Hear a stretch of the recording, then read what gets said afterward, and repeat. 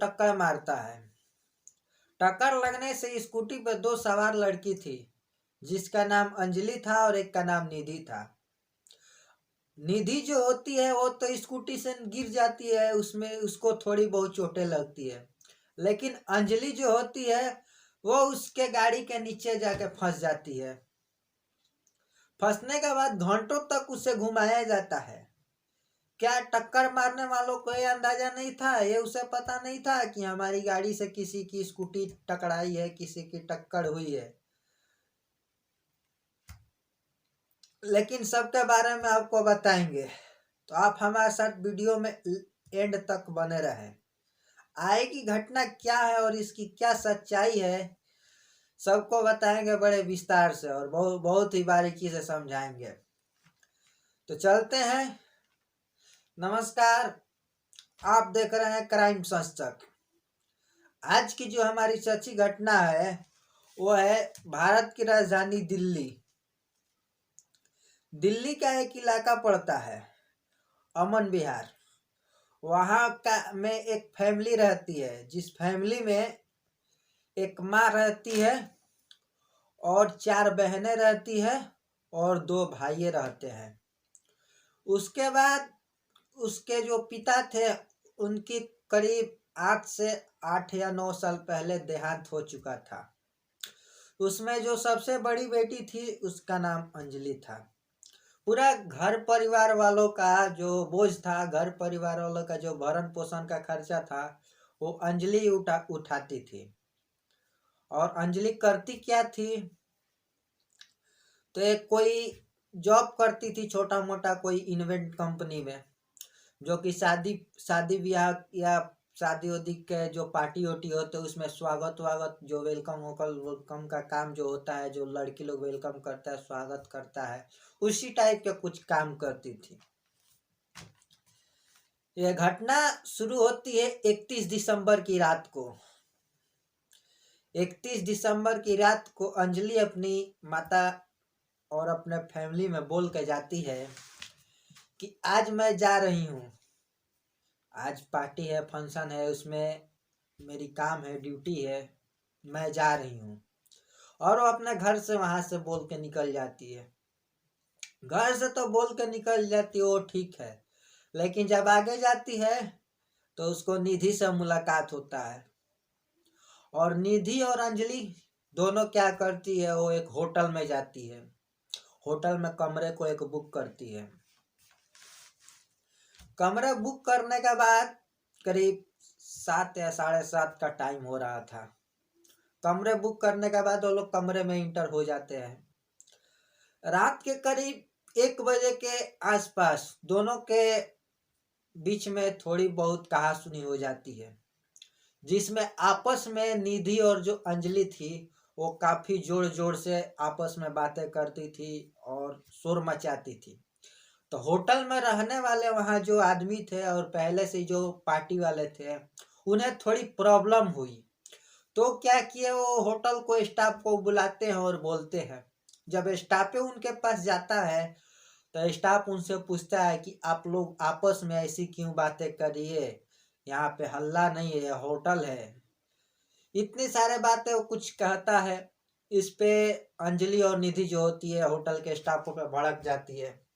उसके बाद तो जो बात होती है वो मैनेजर तक पहुंचती है। तो मैनेजर जो होता है उनको रूम खाली करने के लिए बोल देता है उसी रात को। रात को करीब 1:40 पे वो लोग रूम खाली करने के लिए सोच लिए थे। जब रूम खाली करके होटल से बाहर निकलते हैं तो अंजलि और निधि में फिर थोड़ी बहुत कहासुनी हो जाती है। निधि का कहना था कि गाड़ी जो है, स्कूटी जो है, उसको मैं ड्राइव करूंगा, और अंजलि का कहना था कि नहीं, स्कूटी को मैं ड्राइव करूंगा। इसी बातों को वहाँ के लोगों ने जब सुना तो वहाँ के लोग पास जाकर पूछे कि आप लोग आपस में क्यों लड़ रहे हो, झगड़ रहे हो। तो वहाँ पे दोनों ने उसे डांट कर भगा देती है, बोलती है मेरा आपस का मामला है, इसमें आप इंटरफेयर ना करें। वहाँ की आदमी जो होती है चली जाती है। उसके बाद थोड़ी देर जाने के बाद जो निधि स्कूटी को ड्राइव करके ले जाती थी, थोड़ी दूर जाने के बाद जो होता है कि निधि जो स्कूटी ड्राइव करके ले जाती थी और जो अंजलि थी उसके पीछे में बैठी हुई थी। उसके बाद होता ही है कि जब थोड़ी देर जाने के बाद अंजलि जो थी अब उसको बोलती है निधि को कि अब दो स्कूटी को मैं चला के ले जाऊंगा, तुम पीछे बैठो। वहां से निधि जो होती है वो अंजलि को स्कूटी दे देती है।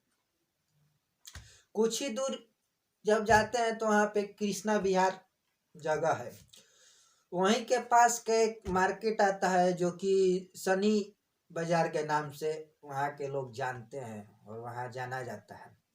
वहीं पर एक बेलोनो कार से उनकी टक्कर हो जाती है स्कूटी की।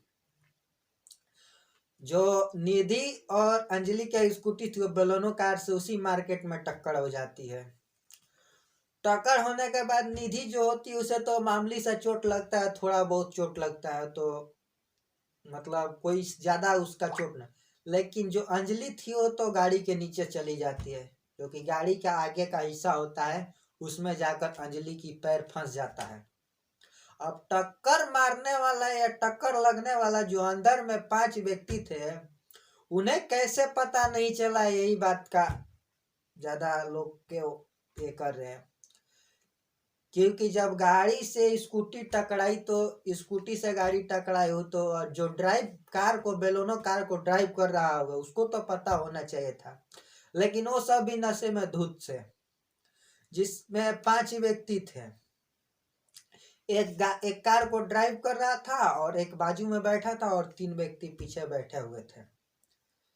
और उसकी अंजलि की बॉडी को जब गाड़ी में फंसी थी उसको करीब 1 या 1.5 घंटे तक घुमाया जाता है, घसीटा जाता है। अंजलि चीखती रही, चिल्लाती रही, लेकिन उसकी आवाजों को कोई नहीं सुनता है। और वहीं पे जो निधि थी उसे ऐसी हालत में छोड़कर वहां से भाग जाती है। काफी उसका सीसीटीवी कैमरा फुटेज जो है कि सोशल साइट पर वायरल हुआ है। उसके बाद जैसे ही गाड़ी उसका टर्न मारती है तो वहां पे एक व्यक्ति का नजर पड़ जाता है जिसका नाम दीपक है। जब वो देखता है, क्योंकि वो दूध सप्लायर का, मिल्क सप्लायर का काम करता था, वो करीब रात को 3:18 पे उसकी निगाहें पड़ती है। जब उसकी दीपक के पास से वो टर्न लेते हैं तो उसकी निगाहें पड़ती तो देख के चौंक जाता है। देखता है तो पहले तो अपने आंखों पे भरोसा नहीं करता है, फिर जब दूसरी बार वो टर्न आता है तो देखता है तो चौंक जाता है और उस गाड़ी का पीछा भी करता है। वो लोग के पास कार था और इसके पास जो था मोटरसाइकिल था। तो काफी 2-3 मिनट पीछा करते, जब उसकी नजर से चूक हो जाती है तो वहां से रिटर्न वापस चला आता है। जब रिटर्न आता है तो पुलिस हेल्पलाइन कंट्रोल में कॉल करता है और कॉल करके बोलता है कि सर यहाँ से एक गाड़ी निकली है जिसका नंबर DL8C AY 6414 है, उसमें एक लड़की की बॉडी पड़ी हुई है। तो कंट्रोल रूम वाले भी उसको मतलब पूछते हैं गाड़ी का कलर क्या है, पूरा उसको डिटेल्स पूछा जाता है। तो पूरे डिटेल्स बताता है, करीब 10-12 मिनट का समय लग जाता है। फिर 10-12 मिनट के अंदर में फिर उसके सामने से जब वो गाड़ी टर्न मारता है तो फिर दीपक की जो निगाहें थी उस पर टिकी हुई थी। उसके बाद वो फिर फोन पे बोलता है, सर अभी अभी यूं ही गाड़ी हमारे नज़र से गुजरी है, उसमें एक लड़की है, उसमें एक लड़की की बॉडी है, उसको घसीटा जा रहा है। लेकिन पुलिस वालों इस पे पता नहीं एक्शन क्यों नहीं ले रहे थे। जब रात का समय 4 या 5 बजे 1-1.5 घंटे या 2 घंटे तक तो उसको घुमा जा देता। जब रात का समय वो गाड़ी को एक चौराहे पे जब वो टर्न लेते हैं तो वहाँ जो लड़की की बॉडी होती है वो ऑटोमेटिक वहाँ से खुद ही निकल के गिर जाती है।